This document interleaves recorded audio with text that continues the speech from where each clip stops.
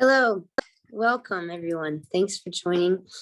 So I'm going to tell you a little bit about myself and then tell you what I do, which is also about myself, why I started evolving in education, and tell you my goal for evolving in education. We're also going to look at the group chats that I've started on our Facebook page, Evolving in Education. We'll take a look at a couple featured posts, and I would like to do a whiteboard session where everyone sort of just throws out their goals or ideas. And then I'd like to open the meeting up to open discussion. So my name is Amber Smith. I live in Muscle Shoals, Alabama with my 4-year-old daughters, Annie and Ellie, and my mom. I do underwater construction for a living. I also do underwater bridge inspection and underwater demolition. And I build bat gates to protect endangered bats in cave ecosystems and for cave conservation. I also fly airplanes and all kinds of different things. I've been just so fortunate to have the opportunity to do. And the reason I started evolving in education is because I wanted to sort of share that luck that I've had and try to give other people other opportunities, give as many people as many opportunities as possible. So I started evolving in education to try to give kids a better chance. And what initiated it was I was watching a seminar on flow by Stephen Kotler. I don't know if you guys are familiar with flow states. It's also known as being in the zone. So, and flow increases productivity up to 500%. So anyway, I was watching a seminar on flow, and Stephen Kotler spoke of how Montessori education is the most conducive to flow states. And so I thought, well, heck, what's Montessori education? So I looked into Montessori education, and I was so enamored with it, and I thought, well, heck, why don't all schools teach this? So I started researching Montessori more and more, and I found out that there's about 500 public Montessori schools in the United States. And I sort of set out on a mission to expand that and make Montessori school accessible to all. And so after learning about Montessori, I quickly learned of forest schooling, Waldorf schooling, IB schooling, wild schooling, unschooling, etc. And just sort of had this idea to incorporate all the best aspects of all those different holistic forms of education into like an all-encompassing, almost like education 2.0, if you would. And also, to incorporate health and neuroscience, psychology, mindfulness, all the different things that could just improve people's lives. So anyway, my goal with evolving in education is to create a sustainable, almost foolproof form of education. And I know there's no one size fits all model for education. All children are different. But I would like to try to come up with a baseline of something we can move forward with and try to just have a brighter tomorrow for future generations and current generations, ideally. So my goal is to form this new developmental type learning and implement it into schools and homes if possible. So to start off, I'm going to show you guys a couple of things. I'm going to show you our group chats from the Facebook page that I've created, and I'm going to show you a featured thing and the whiteboard. So here we go. Share screen. I'm gonna have to go to my Facebook. I can't do it on the iPad because for some reason the group chats don't show up on the iPad. And this is my mom's iPad and professional Zoom account that I'm working from. So I hope y'all will excuse my sheer unprofessionality. All right, so here we go. Here's our group chats. And I will work on getting this visible to all. If you can't see it now, you will be able to soon. So I'll start off with classroom best practices. So Lindsay Darling Doyle did some research, our head of research and development, did some research on evidence-based teaching practices. And so this is like a sort of an outline of, I would say, best practices that is already really good and could obviously stand improving just like anything. So this is something we could work from, start off with. It says begin lessons with short reviews of previous learning, present new material in small amounts, assist students as they practice this material, and ask many questions and observe student responses. Questions allow students to connect new material with prior learning. So that's just some examples of some already in place best practices, which we could work from. Another thing Lindsay shared is this scaffolding of temporary devices and procedures used by teachers to support students as they learn strategies. So we have active engagement strategies to keep students on task. Evidence-based instruction provides a stable foundation upon which learning is built. Procedures support scaffolding by ensuring student engagement in the design lessons. Corrective feedback is specific, timely, and ongoing, keeps students on the right track. Planning ensures organization and keeps both the lesson and scaffolding focused. Assessment allows teachers to personalize learning for individual student and differing abilities. So that is a great thing to sort of start from and work off of. I want to show you another couple of group chats.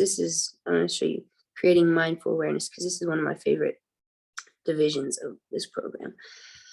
So I said, help evolve humanity by sharing with us insight on incorporating mindfulness into learning. Y'all forgive me, I'm not great with wording and all that, but so I'm quoting Flow Research Collective here, which is Stephen Kotler's initiative. And it says the cognitive benefits of increased mindfulness are nutso. MRI scans have shown that gyrification or cortical folding in the brain increases, which allows the brain to process information faster and is tightly coupled with intelligence. Meditation has also been shown to improve focus by causing an increase in cortical thickness in regions of the brain responsible for attention. It's worth pointing out, meditation is just one form of mindfulness practice. Anything that helps you extend the gap between stimulus and response technically counts as mindfulness practice. All right, and then just a couple more. And I would love for you guys to give your input on these chats when you have a chance. So forest infusion, this is a good one. Hannah, our Norwegian friend, gave great insight and said for how to incorporate forest school into this initiative. She recommended respect nature, how, when, and what to forage, building shelter, survival skills, history on how the different natives of the world respected and made use of the nature. Also, math is great to implement if we can learn about pi. Also, science, for example, water in the different states water can be in, and how to work with nature, not against it. All right, thank you, Hannah. That's amazing input. And Hannah also gave input on one other thing I would like to touch on, neuroscience infusion, which I'm also very excited about. So Hannah recommended Andrew Huberman, and I've already reached out to him. I'm hoping to hear back, and Huberman Lab for simple explanations on the neuroscience on how we humans work. She says, I think that for a person to really grow, we need to understand how we work and why it is so. It can be helpful in our learning in many areas. Again, thank you, Hannah. I really appreciate your input on that and really look forward to working with you. I want to add one other thing on the chats, and that is Jen from the Human Infusion Project added, as for opinion on how neuroscience fits in, it helps me as an adult to be more objective about emotional experiences and see them as something tangible that can be influenced and modified. Teaching this to parents and teachers not only helps with buy-in, but it helps mitigate taking emotional moderation challenges less personally. So thank you, Jen, from the Human Infusion Project. We really appreciate that input as well. So the last thing I would like to touch on before opening this up to the whiteboard and open discussion, which will have to follow at a later date because no one has joined this meeting, but I'm happy to be getting this on paper, if you would. So the first featured post I would like to point out is Katie Tremblay's. Katie was kind enough to do a welcoming post asking for people to give their location, areas of interest, areas of expertise, or past experiences, potential projects they are working on or interested in, and anything else they would like to share. So if you haven't already and you have time, please stop by and give Katie Tremblay's post a comment. Another thing I wanted to point out was this was shared with me by a member of our group, suggested using the Facebook group for introduction, hence Katie Tremblay's post. And then we could have our breakout meetings based on themes. So we do a Zoom meeting, and within that large Zoom meeting, and this will all be in the future, this is all to come, but within that large Zoom meeting, there could be breakout rooms, and we could base the breakout rooms on the themes of, let's say, the objectives that we have. And we could also rename the breakout rooms based on the topics outlined.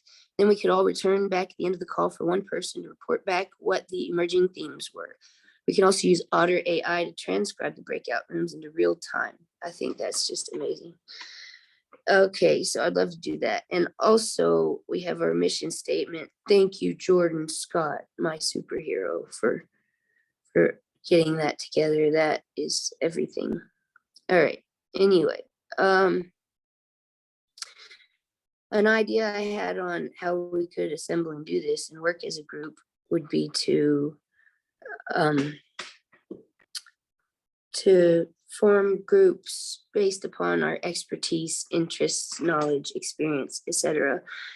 Form groups of sort of like-minded individuals, like experience, and then break off into groups. Have the groups with the individuals, their, different experiences, and then, oh, I'm sorry, guys. Like, and the groups work together with others, of the same expertise towards our objectives. And then I would like to see everyone in their groups split off and join a different group.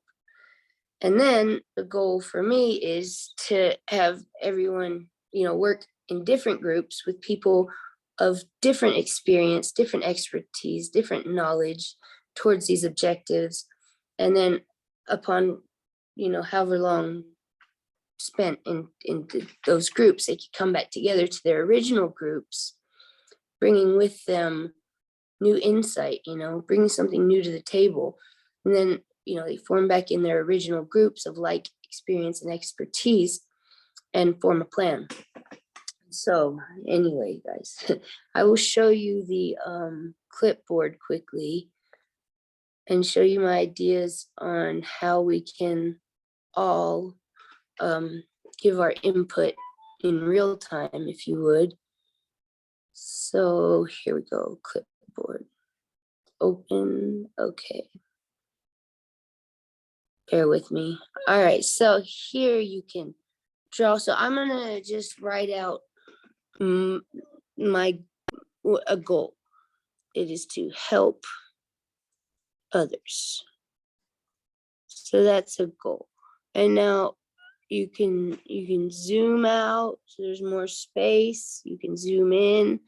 You can use text to type. I'm gonna say improve the human condition. That's another goal I have. All right, so that is our clipboard, guys. And when we have a meeting with people, I would like for us to all give our input on this. I think that would be really fun. And then after we do the clipboard, I would like to open the meeting up to open discussion. And at some point, I'll be creating polls as well. So thank you guys for joining, and I look forward to working with you in the future. I'm very open to any input, any help, any suggestions, any advice, anything. So any support. All right. Thank you guys. Have a great day. Bye-bye.